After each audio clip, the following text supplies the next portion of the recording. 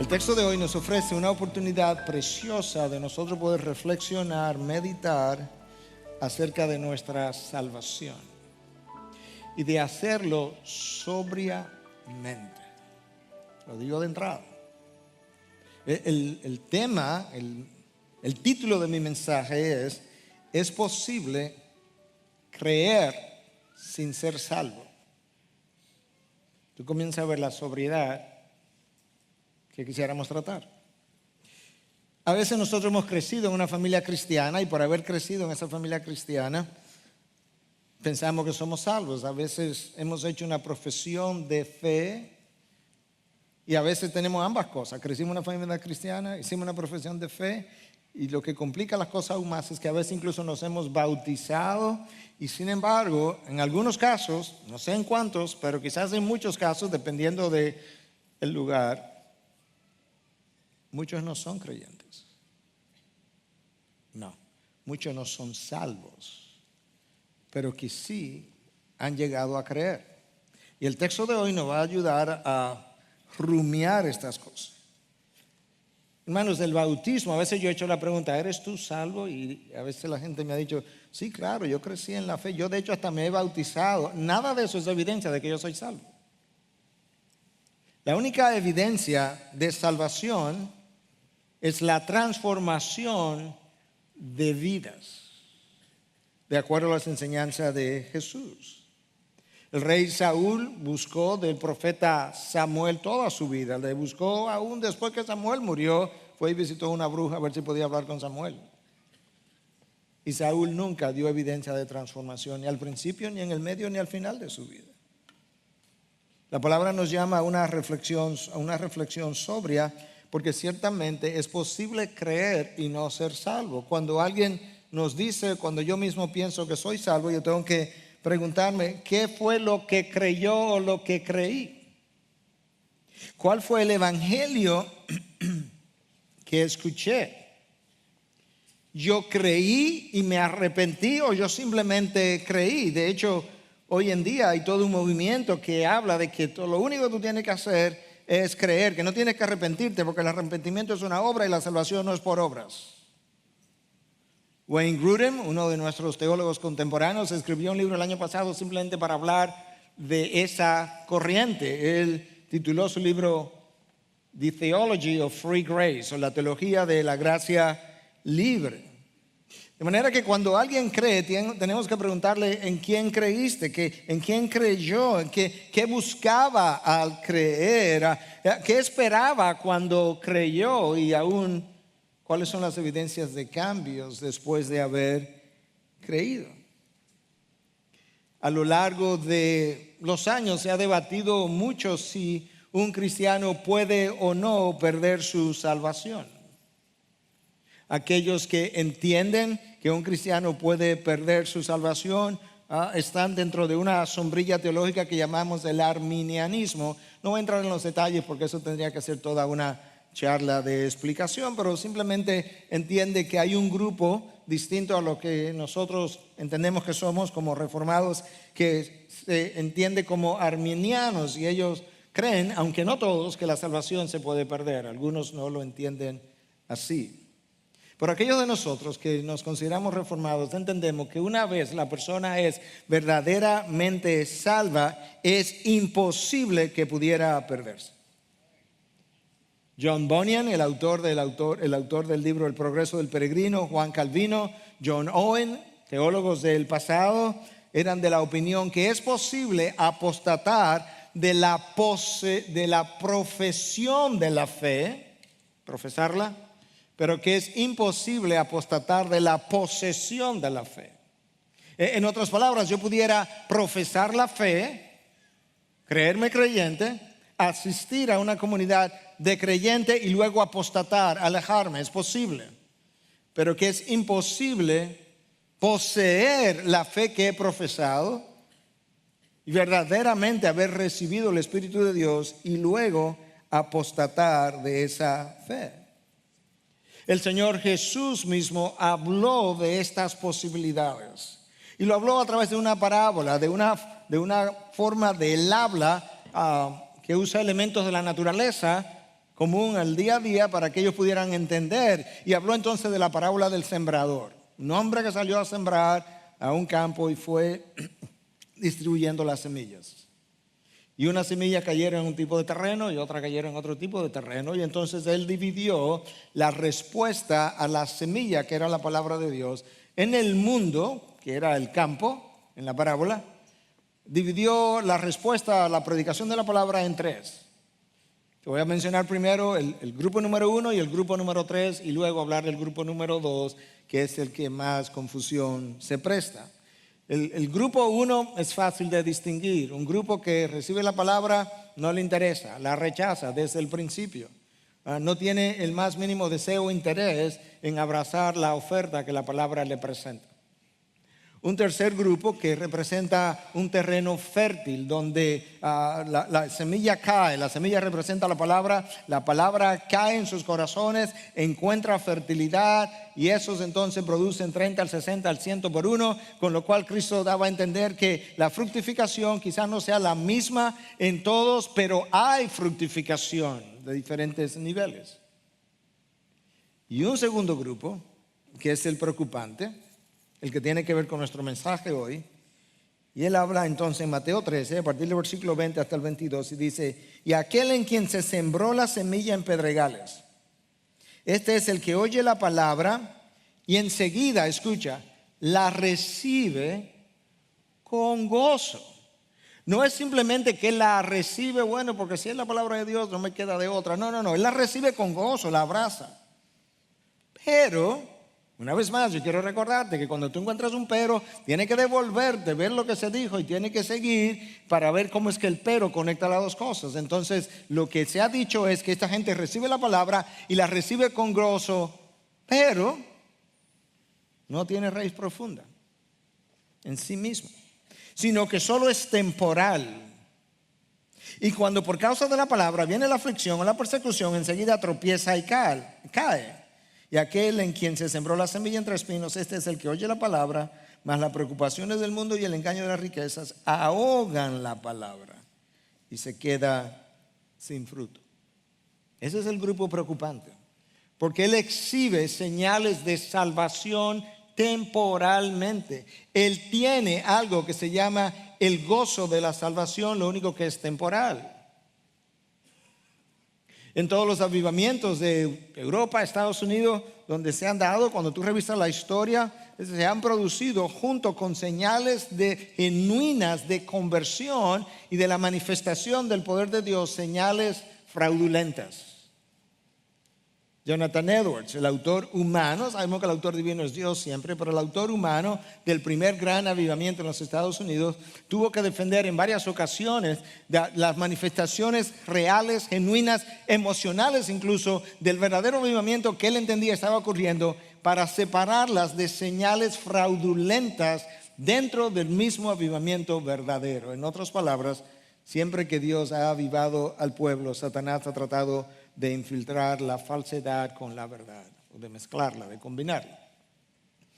El apóstol Juan nos escribe, y en su primera carta, en capítulo 4, en versículo 1 dice: amados, no creáis a todo espíritu, sino probad los espíritus para ver si son de Dios. No creáis a todo pastor que está predicando la palabra de Dios. No creáis a todo evangelista, no creáis a todo maestro. Tú tienes que probarlo, ¿cómo? Por medio de la palabra, para ver si es de Dios.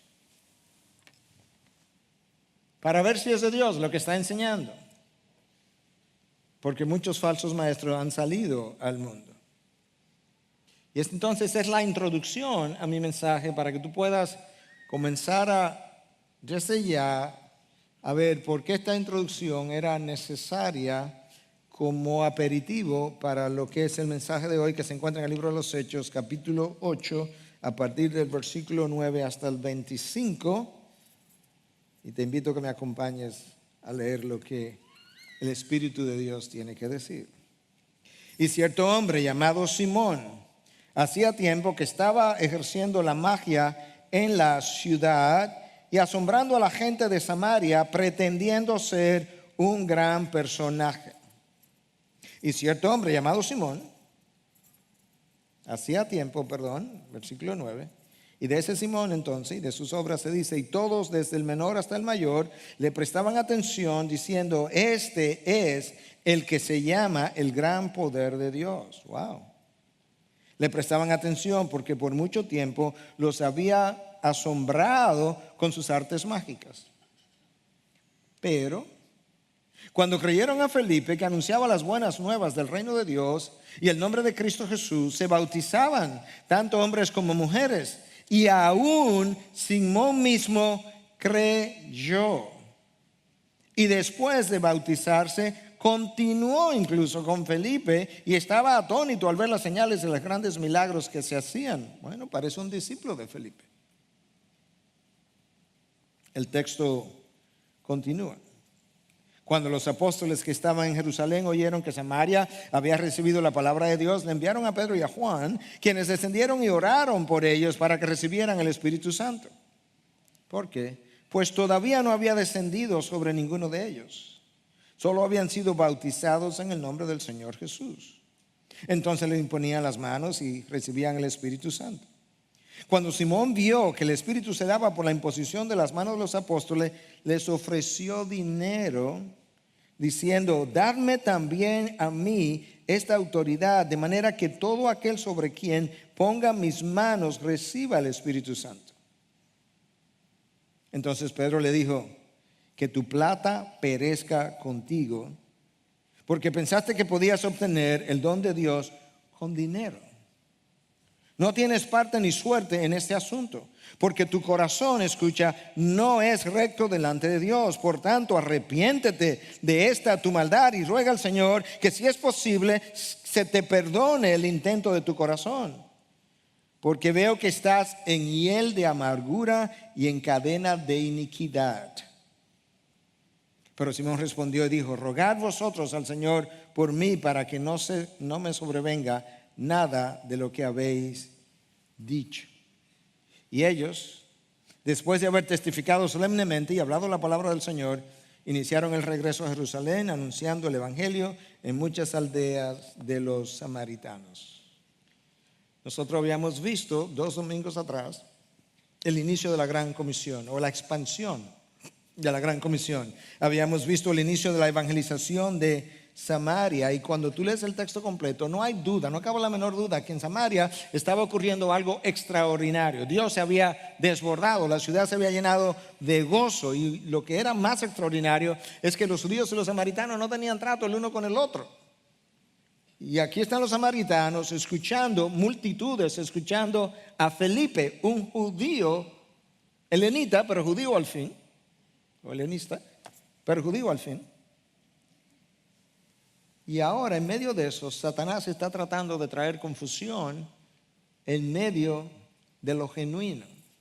De la misma manera que Satanás trajo confusión a la vida de Adán y Eva, de esa misma manera él está tratando de hacerlo en este caso. Él quiere oponerse a la predicación de la palabra. Y entonces lo que yo quiero hacer ahora es examinar este texto a la luz de 5 personajes que están mencionados ahí, y luego ver cómo estos 5 personajes, después de verlo individualmente, cómo ellos interactúan uno con el otro. Está Simón, el mago, está Felipe, el evangelista, están Pedro y Juan, ahí hay 4, Pedro y Juan, que son los apóstoles que han venido a ver qué es lo que está pasando, y está el protagonista de toda la historia, de todo el drama, que está orquestando todo esto, y es el Espíritu Santo, que también es un personaje. Entonces yo quiero que comencemos con Simón el mago, porque ahí es donde la historia comienza. Alguien que ejercía la magia, practicaba la magia, que estaba engañando a los ciudadanos, quizás con sus artimañas y con sus trucos. Alguien que quizás incluso gozaba de cierto poder del mundo de las tinieblas y que tenía a la gente atónita con lo que él podía hacer. Dice el texto que Simón pretendía ser un gran personaje, y era aquel que se llamaba a sí mismo el gran poder de Dios. Él debió haber hecho cosas significativas, porque el texto me dice en el versículo 10 que desde el menor hasta el mayor le prestaban atención diciendo, este es el que se llama el gran poder de Dios. Esta gente está asombrada, atónita, maravillada de que un hombre pueda hacer las cosas que Simón estaba haciendo. Yo no puedo olvidar que los charlatanes siempre han existido. En el Antiguo Testamento, en el Nuevo Testamento y en la historia de hoy. En la vida del pueblo judío, en el Antiguo Testamento, nosotros tenemos a los magos de Faraón que pudieron duplicar hasta un punto las señales, los milagros que Moisés estaba haciendo. Los milagros que Moisés estaba haciendo por la vara, que se llamó inicialmente la vara de Moisés, pero que terminó siendo llamada la vara de Dios. Y una de las señales tempranas de que Simón no está comenzando bien, obviamente, es que él procuraba la gloria para él mismo. Él pretendía ser un gran personaje. Él se llamaba a sí mismo el gran poder de Dios. Y eso nos da a nosotros una idea de que no todas las cosas sobrenaturales vienen del mundo de la luz. Mucho de lo que nosotros vimos en el pasado, mucho de lo que vemos hoy en el presente, mucho de lo que quizás nosotros veamos en el futuro no es más que poder de las tinieblas camuflado de poder de la luz. Pablo le escribe a los Corintios y en su segunda carta le dice en el capítulo 11, a partir del versículo 13, porque los tales son a falsos apóstoles, nada nuevo debajo del sol, obreros fraudulentos, que se disfrazan como apóstoles de Cristo. Y no es de extrañar, pues aún Satanás se disfraza como ángel de luz. Por tanto, como consecuencia, por tal razón, no es de sorprender que sus servidores se disfracen como servidores de justicia, cuyo fin será conforme a sus obras. En otras palabras, Dios tiene ministros y Satanás también. Los ministros de Dios son ministros de la luz, los ministros de Satanás se visten de ángel de luz. Eso no debiera sorprendernos. Justino Mártir, el apologista de la fe cristiana del siglo II, nos dice que este Simón es el padre del gnosticismo. ¡Wow! El movimiento gnóstico que todavía llega a nuestros días tuvo un padre hace 2000 años atrás, que aparece en la Biblia, Simón el mago. Y de Simón, una vez más, llama la atención que él causaba el asombro por medio de las cosas que podía hacer. Llama la atención que él llamaba, dicha, valga la redundancia, la atención de la gente sobre sí mismo, que él llegó a considerarse como un poder de Dios, el gran poder de Dios. Y la gente siempre ha preferido las señales a la palabra. No podemos olvidarnos del pueblo judío en el desierto pidiendo señales supuestamente para comprobar que Dios todavía está con nosotros. No podemos olvidar a los judíos en el tiempo de Pablo, cuando Pablo dice, no, es que los judíos viven pidiendo señales, pero nosotros, y los griegos sabiduría, pero nosotros predicamos a Cristo y a este crucificado. Nosotros no podemos olvidar a los judíos en el tiempo de Cristo mismo, cuando muchas veces vinieron y le dijeron, si tú eres el Cristo, ya dinos claramente, porque no nos deje en suspenso todo este tiempo. Haz una señal más.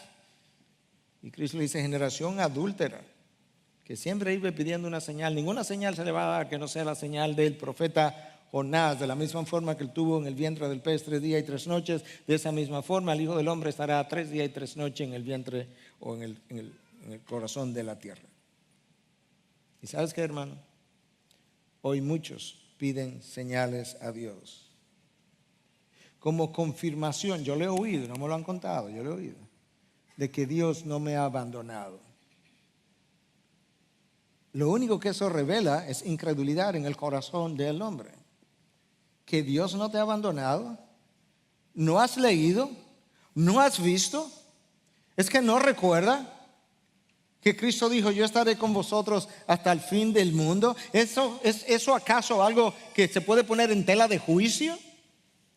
¿No recuerdas cuando Cristo dijo, aunque tu padre y tu madre te abandonan, yo nunca te abandonaré? Es algo eso que Dios tiene que probarse a sí mismo, que por medio de una señal que Él te dé, tú puedas confirmar que verdaderamente lo que Él dijo en el pasado es verdad todavía hoy. No. Tomás, el apóstol, el escéptico, es la mejor evidencia de nuestros corazones. Cristo le anunció que iba a morir una vez, 2 veces, 3 veces. Le anunció que iba a resucitar. Le dijo que sería el tercer día. Cuando él murió el viernes, todos se deprimieron. Cuando las mujeres fueron al sepulcro y regresaron y dijeron, vimos al Mesías, hablamos con él, pensaron que estaban locas.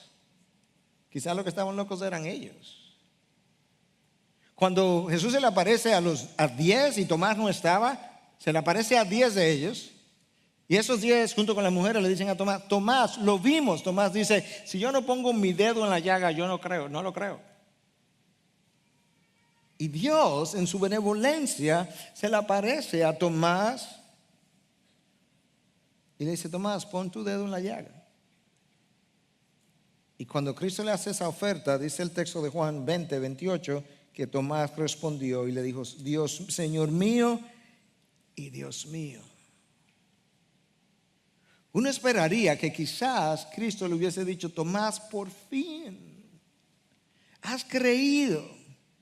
Qué bueno, Tomás, entra al reino de los cielos, celebra con nosotros. No, escucha lo que Cristo le dice. Porque me has visto, has creído. Tomás, ¿realmente es así? Ver para creer. Dichosos los que no vieron y sin embargo creyeron. ¿Tú quieres una señal? ¿Tú quieres una señal más de confirmación? No quieres ser dichosos entonces. Bienaventurado, feliz, contento. Que no necesitas ver para creerle a Dios que su palabra te es suficiente. Esa es la incredulidad del hombre. Una señal. Y cuando Simón el mago las hacía, pues ellos también estaban creyendo en Simón el mago. Segundo personaje, Felipe. Felipe es el evangelista. Vimos la vez anterior que había bajado a Samaria y había comenzado a predicar a Cristo, dice el texto. Y la gente comenzó a responder. Las multitudes de personas estaban prestando atención a todo lo que Felipe tenía que decir. Y decía que gente desde hombres y mujeres estaban prestando atención. Y que habían muchos que tenían espíritus inmundos y que estos salían de ellos gritando a gran voz. Y muchos que estaban cojos y paralíticos eran sanados.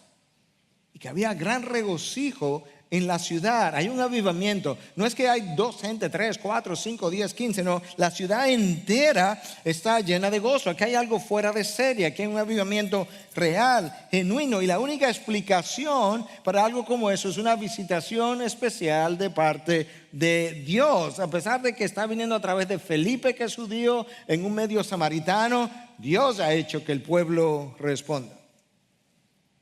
Eso fue la semana pasada que vimos eso acerca de Felipe. En esta ocasión se nos dice que Felipe anunciaba las buenas nuevas, que es otra forma de decir que Felipe predicaba el evangelio y que las multitudes estaban creyendo mientras él predicaba. Y entonces el versículo 12 nos dice de manera particular que aún Simón el mago creyó. Y no solamente que creyó, continuó con Felipe. Es como que Simón el mago quería ser discipulado por Felipe, pero subraya esto, porque estaba atónito al ver las señales y los grandes milagros que se hacían. Nota lo que el texto no dice. El texto no dice que Simón el mago continuó con Felipe porque él estaba tan agradecido que después de todos estos pecados que él tenía tan grandes, después de todo este engaño, él no podía creer que Dios le hubiese perdonado y que entonces siguió con Felipe. No. Él siguió a Felipe porque estaba atónito de las señales que Felipe hacía. La razón de su seguimiento son las señales. Y es como Jesús le dice a aquellos a quien él alimentó un día y al otro día le estaban buscando. Y Jesús le dice, ¿saben una cosa? Ustedes no me están buscando a mí por lo que yo soy. Ustedes me están buscando porque yo le di a comer ayer y se llenaron las barrigas y hoy vienen de nuevo a buscar el mismo pan. Es como un copy-paste con diferentes actores.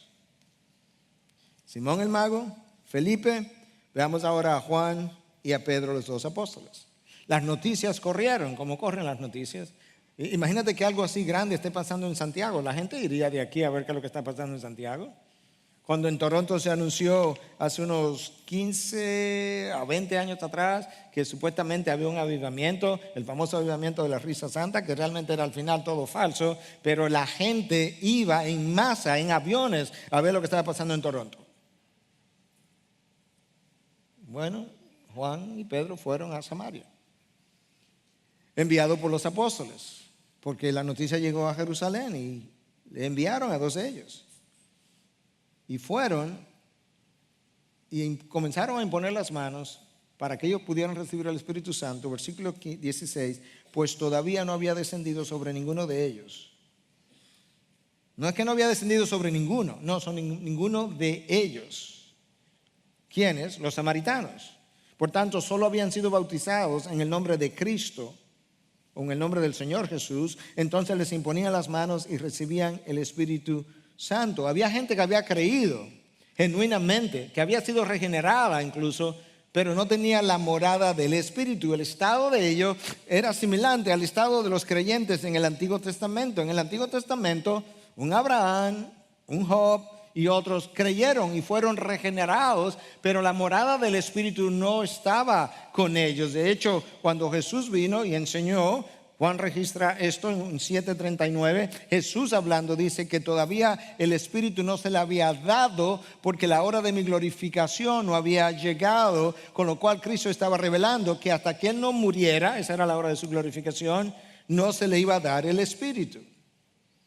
Entonces el Espíritu de Dios había descendido en Jerusalén, 3,000 personas llegaron a creer de nuevo, o a nacer de nuevo, perdón. Y esas 3,000 personas ahora sí tenían la morada del Espíritu, pero Dios estaba ayudándonos a entender que el plan de salvación que incluía la morada del Espíritu tendría que extenderse a todas las poblaciones. Y en la antigüedad habían 3 grupos de personas: los judíos, los samaritanos y el resto, que eran nosotros los gentiles. Los judíos recibieron el Espíritu en Pentecostés. A partir de ahí entonces el Espíritu vendría a morar en ellos. Los samaritanos todavía. Y entonces esta es la ocasión cuando Pedro y Juan vienen, oran, le imponen las manos y ahora ellos también reciben el Espíritu. Y esa es la razón también por la que solamente habían sido bautizados en el nombre del Señor Jesús. Claro, porque ellos ni siquiera conocían al Espíritu. Ellos no podían cumplir con la gran comisión que dice que id a todo el mundo y hacer discípulos y bautizarlo en el nombre del Padre, del Hijo y del Espíritu. Eso no se había podido hacer todavía. A partir de ahí entonces las cosas comenzarían a cambiar, de manera que esto fue como un mini Pentecostés. Y lo mismo tú vas a ver en el capítulo 10 del libro de los Hechos con los gentiles, con la conversión de Cornelio. Y ahora tú vas a ver que los 3 grupos fueron afectados de la misma forma. Dios quería aparentemente demostrar visiblemente que los samaritanos, que eran odiados por los judíos, tendrían el mismo derecho, la misma bendición, la misma incorporación dentro del pueblo de Dios que ellos.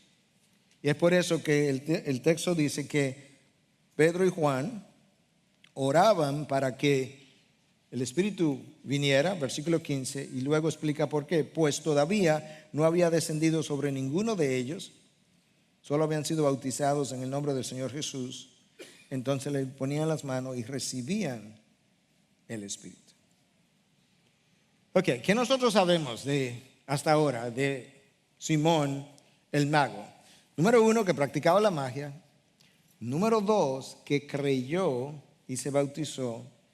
Número 3, que comenzó a seguir a Felipe. ¿Qué sabemos de Felipe? Que Felipe bajó a Samaria, comenzó a predicar a Cristo, que la gente estaba respondiendo, multitudes respondían, había milagros que estaban ocurriendo, gente que quedaba liberada de demonios y que él hacía esas grandes señales y prodigios. ¿Qué sabemos de Pedro y Juan? Que fueron enviados por los apóstoles desde Jerusalén para que ellos pudieran indagar, comprobar y al mismo tiempo, al ver ellos lo que Dios estaba haciendo, pues impusieron las manos y por medio de ellos Dios otorgaba el mismo don. Escucha el versículo 18 ahora. Cuando Simón vio que el Espíritu se daba por la imposición de las manos, lo que yo quiero hacer ahora en el resto del tiempo que nos queda es ver la interacción de los 5 personajes. Simón es uno de ellos. Vio que el espíritu es el otro, el personaje principal, el protagonista del drama, se daba por la imposición de las manos de los apóstoles, Pedro y Juan. Aquí hay 4 ahora. Les ofreció dinero, diciendo: dadme también a mí esta autoridad, de manera que todo aquel sobre quien ponga mis manos reciba el Espíritu Santo. Ahora comienza a salir el corazón de Simón. Primero, Simón estuvo impresionado con los milagros de Felipe.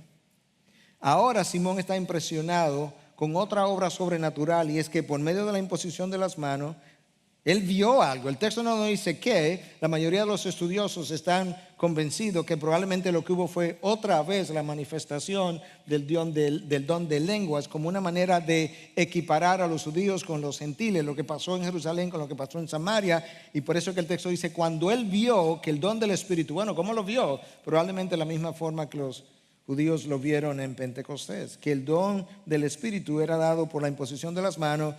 Él le dice a Pedro: yo tengo un dinerito, Pedro.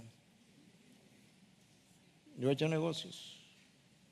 Se dice que los magos de la antigüedad, probablemente ocurre hoy, se vendían sus artimañas y trucos.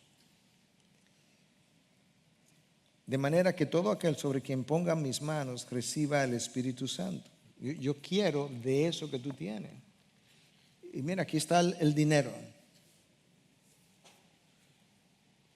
Lamentablemente, si tú juzgas a Simón porque creyó y se bautizó, no has entendido el texto bíblico. Ninguna de esas 2 cosas son evidencias de salvación.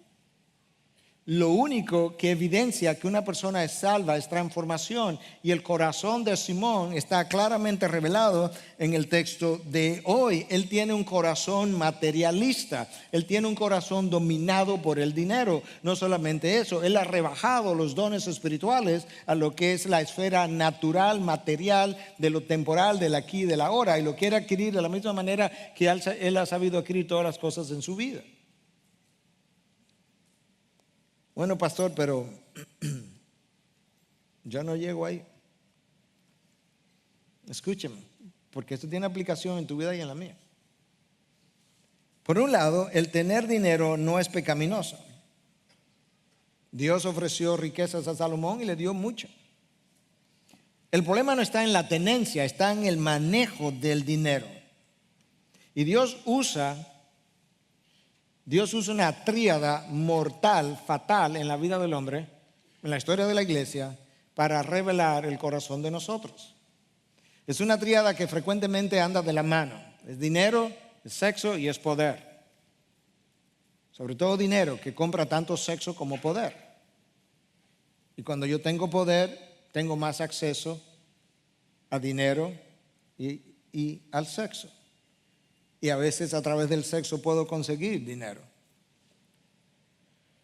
El problema con el manejo del dinero es que cuando yo creo que todo se puede comprar con dinero, eso es una indicación de dónde está mi corazón. Cuando yo creo que las cosas espirituales pudieran ser por lo menos parcialmente adquiridas o merecidas por el factor dinero, eso revela de dónde está mi corazón todavía.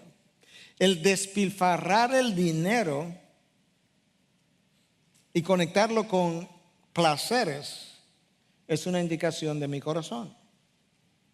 No, pastor, yo no estoy en ese extremo. Mire, yo incluso no me gusta gastar dinero. Cuando eres muy agarrado con el dinero, eso es otra indicación de dónde está tu corazón.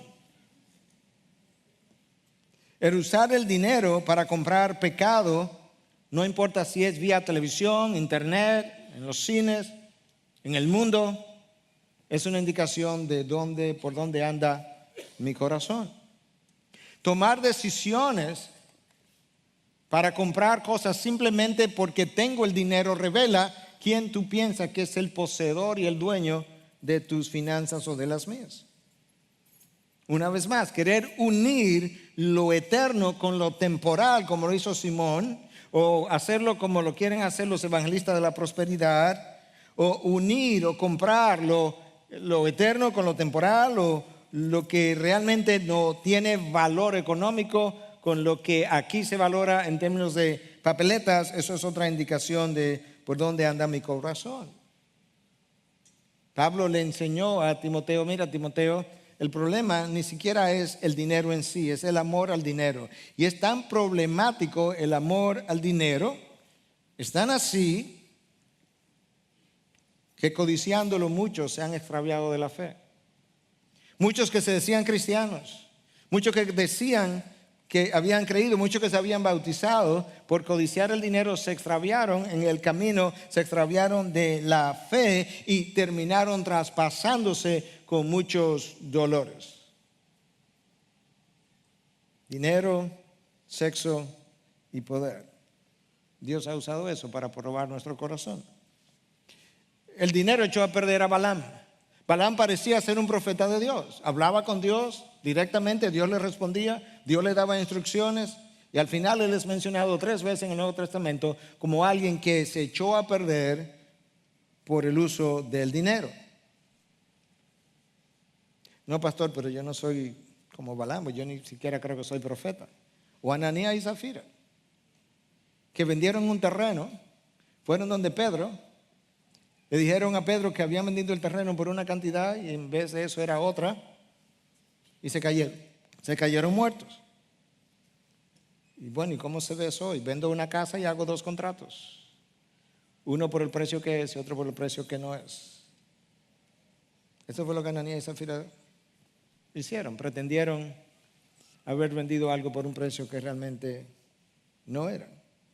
El poder echó a perder a Saúl, el sexo echó a perder a Salomón, el dinero echó a perder a Balaam y a muchos otros. Dios siempre prueba tu corazón y el mío. La única pregunta es ¿cuándo y cómo? Y esta es la hora de Simón, vital. Yo he aprendido en mi vida, yo no soy tan viejo como algunos, pero no soy tan joven como otros. Pero yo he aprendido en mi vida de que cuando esas cosas se hablan y yo me siento aludido, yo tengo un problema con eso de lo que se está hablando. De manera que si te has sentido aludido, ve a Dios. Porque si no tienes un problema, tú piensas que están hablando con otro. Dios pone de manifiesto el corazón de Simón, lo pone en despliegue. Cuando Pedro oye que Simón quiere comprar con dinero el don del Espíritu, escucha en el versículo 20, Pedro le dice, que tu plata perezca contigo, porque pensaste que podías obtener el don de Dios con dinero. J.B. Phillips tiene una traducción que mucha gente respeta, es una paráfrasis, pero es altamente respetado, frecuentemente citado por académicos en la manera como él hace esa paráfrasis. ¿Y tú sabes cómo él traduce esto que Pedro dijo? Que tu plata perezca contigo, porque pensaste que podía obtener el don de Dios con dinero. Él lo hace de esta manera: al diablo contigo y tu dinero. En inglés, to hell, to you and your money. Howard Marshall, un académico del Nuevo Testamento, un experto en el idioma, dice, aunque esa forma de traducirla de J.B. Phillips suene profana, eso es precisamente lo que el griego quiere decir. Es así de enfático. Y otro académico dice que la expresión es esta, que la destrucción te lleve a ti y a tu dinero. Wow. De manera que Simón recibe una advertencia, una reprensión y una maldición. Un oráculo de maldición. En el Antiguo Testamento, sobre todo, en la época de Jesús por igual, habían 2 tipos de oráculos. Oráculos de bendición y oráculos de maldición. Tú escuchas a Jesús cuando increpó a alguna de las ciudades, dice, ay de ti, Corazín, ay de ti. Si en esas ciudades se hubiesen hecho los milagros que se han hecho en ti, ya se hubiesen arrepentido. Eso es un oráculo de maldición. Esto es un oráculo de maldición, que perezca tú y tu dinero. Pedro descubre que Simón está tan perdido como cualquier impío.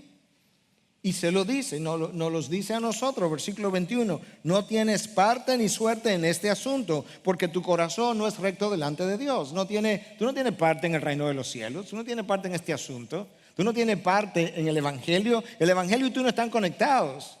Pero ¿por qué tú dices eso, Pedro? Porque Dios me ha abierto los ojos y me ha permitido ver y me ha abierto los oídos y me permitió escuchar lo que tú acabas de decir, y tu corazón no es recto delante de Dios. Por eso yo te estoy diciendo lo que estoy diciendo. Y después de Pedro entonces increpar a Simón, lo llama a arrepentirse. Versículo 22. Por tanto, arrepiéntete de esta tu maldad. Claro, porque tú no te has arrepentido, tú creíste, pero tú no te has arrepentido. Arrepiéntete. Y ruega al Señor, si es posible, se te perdone el intento de tu corazón.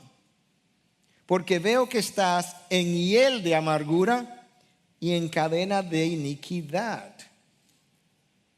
Él no es libre. Al que el Hijo del Hombre hace libre es verdaderamente libre. Simón no es libre. Él está en cadena, y no cualquier cadena, en cadena de iniquidad. Y él está en hiel de amargura. Una de las traducciones dice que él tenía una envidia amarga. O era amargamente envidioso. Él quería lo que los apóstoles tenían, excepto que lo que ellos tenían no lo habían podido comprar, sino que se le fue otorgado y él quería comprarlo. Ahora, Pedro ni siquiera está seguro que a él se le puede perdonar esto. Por tanto, arrepiéntete de esta tu maldad y ruega al Señor, si es posible, se te perdone el intento de tu corazón. Yo no sé, yo ni siquiera sé si Dios te va a perdonar esto. Y alguien pudiera decir, pero ¿por qué? Yo pensaba que la gracia de Dios era mayor que cualquier pecado. Yo te voy a decir por qué Pedro piensa de esa manera. Pedro piensa de esa manera porque Pedro conoce algo que nosotros no conocemos a menos que estudiemos la carta a los Hebreos. Capítulo 6. Escuche. Porque en el caso de los que fueron una vez iluminados, que probaron del don celestial, y fueron hechos partícipes del Espíritu Santo, versículo 5 ahora, que gustaron la buena palabra de Dios y los poderes del siglo venidero, pero después cayeron. Escuchen, es imposible renovarlos otra vez para arrepentimiento, puesto que de nuevo crucifican para sí mismos al Hijo de Dios y le exponen a la ignominia pública. Claro que Simón fue iluminado. Él escuchó el Evangelio, eso es luz. Él siguió a Felipe, lo escuchó más de una vez. Él vio a gente convertirse antes de él y después de él. ¿Por qué? Porque él siguió a Felipe. Claro que él fue iluminado. Claro que él participó del don del Espíritu Santo y de los poderes del siglo venidero. Él estaba maravillado con los milagros y prodigios y las señales de Felipe. Él vio gente endemoniada siendo liberada, él vio a cojos caminar, él vio a ciegos recobrar la vista. Claro que él había gustado del poder del siglo venidero y había sido partícipe del Espíritu Santo. Es el Espíritu que está haciendo todo esto. Claro que él gustó de la buena palabra. Él oyó la predicación de Felipe, efectiva, convincente, que traía a la gente a salvación, y luego cayó. Ahora, esta gente no era creyente. Con toda propiedad nosotros podemos decir que esta gente no era creyente. Y la mejor razón para decir eso es porque eso está en el libro de Hebreos, capítulo 6, versículo 4 al 6. Tú bajas 2 versículos más o 3 versículos y hay un pero. Y ese pero es que me da la explicación. Me dice, pero de vosotros, amados, yo estoy convencido de mejores cosas, cosas que pertenecen a la salvación. Yo estoy hablando de otro grupo, yo no estoy hablando de ustedes. Este grupo no hay manera de recobrarlos otra vez vía el arrepentimiento. Pero en cuanto a ustedes, claro que no estoy hablando de ustedes. Yo estoy convencido de mejores cosas, cosas que tienen que ver con la salvación. En otras palabras, ustedes siempre han sido salvos, siempre serán salvos. Este es un grupo como Judas. Este es un grupo que gustó de la buena palabra de Jesús, que participó de los poderes del siglo venidero hasta más que Simón, porque Judas fue enviado en un momento de dos en dos, y cuando ellos regresaron dijeron que ellos reportaron que hasta los demonios se nos someten. Ahí estaba Judas. Y claro que él gustó del don celestial. Ahora, vamos a ver a Simón otra vez. Él comenzó siendo descrito como mago. Luego se nos dice que él creyó, pero no se nos dice que él se arrepintió, simplemente que él creyó. Cuando Pedro predicó su primer sermón, arrepentíos y convertíos. Así que se arrepintió, no sabemos de qué se arrepintió, o mejor dicho que creyó, dice el texto. No sabemos qué creyó, en qué creyó, qué esperaba. Dice que él estaba atónito al ver las señales. Él no estaba chocado de que tanto pecado que él había cometido se le hubiese perdonado. Como Zaqueo dice, oye, yo, ahora que entré al reino de los cielos, yo voy a dar la cuarta parte de todo lo que yo tengo. O 4 veces lo que yo le he quitado, mejor dicho. Luego Simón ofrece dinero para comprar el don del Espíritu. Lo primero que Pedro demanda o lo manda es a que él y su dinero sean destruidos o que se vayan al diablo, con perdón de la expresión. Pedro luego le dice que tú no tienes parte ni suerte en este mensaje, en este reino. Tu corazón no está bien delante de Dios. Luego lo llama al arrepentimiento. Luego le dice que él está en hiel de amargura y en cadena de iniquidad. Obviamente él no era salvo. Yo creo que es bueno recordar las palabras de George Swinnock. Escucha lo que Swinnock dice o dijo. No confrontar el pecado en el corazón de las ovejas es cometer suicidio contra su alma. Si sabes que la oveja está en pecado y no lo confrontas y no le dices nada, tú le estás suicidando. Porque el pecado es que lo va a matar. Lo está destruyendo. Nada peor que creerme converso y no serlo. Decía el mismo George Swinnock que es una cosa terrible irse al infierno desde los bancos de una iglesia. Wow. No he terminado, pero esto es lo que le está diciendo. Es terrible ser miembro de una iglesia, asistir los domingos, asistir a un grupo de pareja, a un grupo de jóvenes, ofrendar quizás, cantar. Al final, desde el banco, irme al infierno. Pero escucha cómo él termina. Pero es una cosa horrenda irse al infierno desde el púlpito. Wow. Es peor ser pastor, predicar la palabra, dirigir ovejas, evangelizar ovejas. Y cuando me voy directo al infierno. Eso es horrendo, dice Swinnock. Uno esperaría que después de esta tremenda reprensión, si yo oigo una cosa así de parte de un apóstol, tú estás en hiel de amargura, tu corazón no está bien con Dios, que perezca tú y tu dinero, arrepiéntete. Wow. Yo esperaría que yo caería de rodillas y diría, Señor, perdóname. Qué insensato, qué necio pensar que como yo manejé el dinero en el mundo es como yo puedo manejar el don del Espíritu. Pero Él no hace eso. Escucha lo que le hace. Rogad vosotros al Señor por mí. ¿Cómo vosotros? ¿Quién es que tiene el problema? No eres tú. Para que no me sobrevenga nada de lo que habéis dicho. El problema de Simón no es haber entendido que violó la santidad de Dios, el honor de Dios, el nombre de Dios, que pisoteó su estándar. No. Mi problema es temor a las consecuencias. Entonces, Pedro, como tú fuiste el que me maldijiste, ruega tú a ver si no me caen esas cosas. O sea, que si te removemos las consecuencias, tú no tienes problemas. Tú no tienes problema con la condición de tu corazón. El problema que tú tienes es con las consecuencias anunciadas. Simón, eso es lo que tú estás diciendo. Él experimentó cierto grado de convicción, pero escúchame, el Espíritu de Dios fue enviado al mundo para convencer al mundo de pecado, de justicia y de juicio. El incrédulo recibe convicción, pero no necesariamente conversión. El incrédulo y el creyente, ambos reciben convicción. El incrédulo pudiera ser llevado por medio de la convicción a la conversión, ciertamente, pero no necesariamente. Pablo habla en 2 Corintios 7 a los corintios y le dice que hay dos tipos de tristeza. Hay una tristeza que lleva a la destrucción. Es una tristeza que es temporal, que está más relacionada al temor a las consecuencias. Es una tristeza, es como un remordimiento.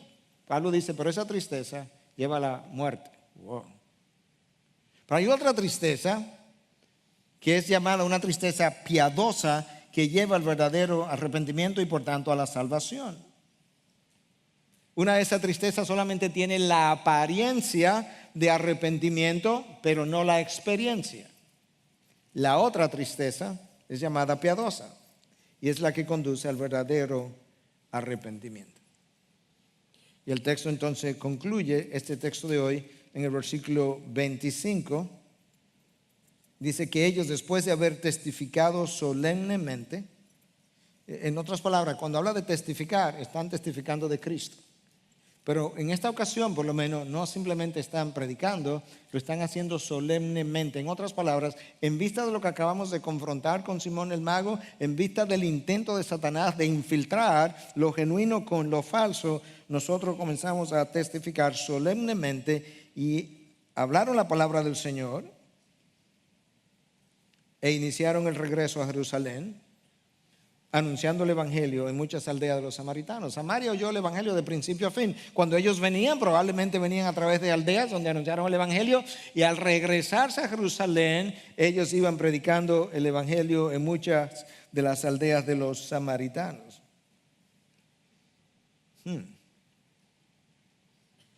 La pregunta para nosotros hoy es: ¿dónde yo estoy? ¿Estoy yo en el reino de los cielos o como los puritanos decían, solamente en la esfera del reino? ¿Cuál es la diferencia? El que está en el reino de los cielos ha nacido de nuevo, la morada del Espíritu está en él, él disfruta de verdadera salvación. El que está en la esfera del reino está alrededor del que está en el reino, pero no está. Él va a la iglesia, él goza la palabra de vez en cuando, él ora de vez en cuando, él lee la palabra de vez en cuando, de manera que no lo puede llamar como un completamente incrédulo. No, él cree lo que no se ha convertido. Es posible creer y no ser salvo, porque estoy simplemente en la esfera del reino. Yo creo que si tú estás aquí hoy, como luces que, bueno, estoy ahí porque soy miembro de la iglesia, o ahí donde yo visito siempre, así es como se ve, esa es la lectura aquí abajo. Si estás aquí por invitación, como se ve aquí abajo, es que un amigo, un hermano, mi mamá, mi papá, un primo me invitó y yo accedí. Eso es como se ve, esa es la lectura de aquí abajo. La lectura de allá arriba es que Dios te trajo. Y te trajo a escuchar su palabra. Y te trajo para que escuchara, quizás por primera vez, quizás por segunda, tercera, décima vez, el mensaje de salvación para conversión. Y ese mensaje, la palabra de Dios predicada, hace una de dos cosas, siempre: o salva o condena.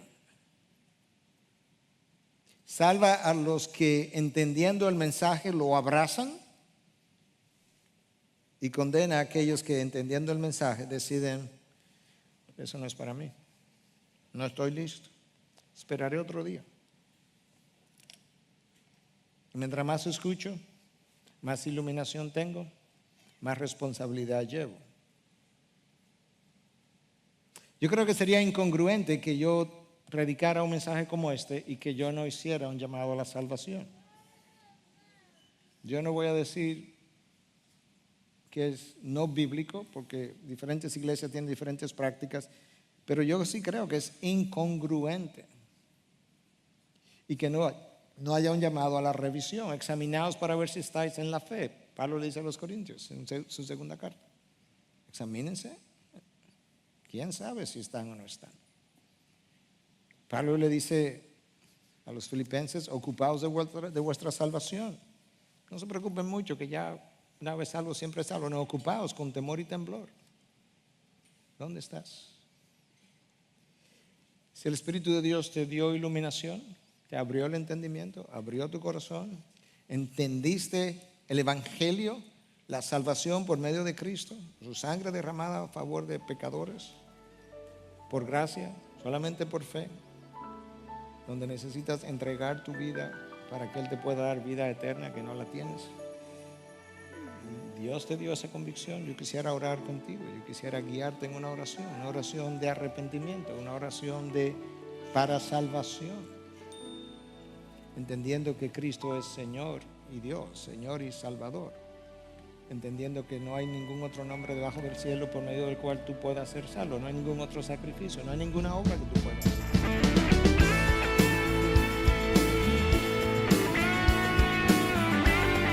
Esta es una producción que llega hasta ustedes gracias a los aportes de individuos y empresas comprometidos con la defensa de la fe. Para más información, preguntas y comentarios, visite nuestra página de internet www.integridadysabiduría.org. En esta página encontrará información sobre la producción de este y otros recursos que ponemos a su disposición, como también las formas en las que usted puede contribuir con la producción de programas como estos. Les invitamos nuevamente a visitar nuestra página de internet www.integridadysabiduría.org. Será hasta la próxima cuando nos reencontremos en su palabra.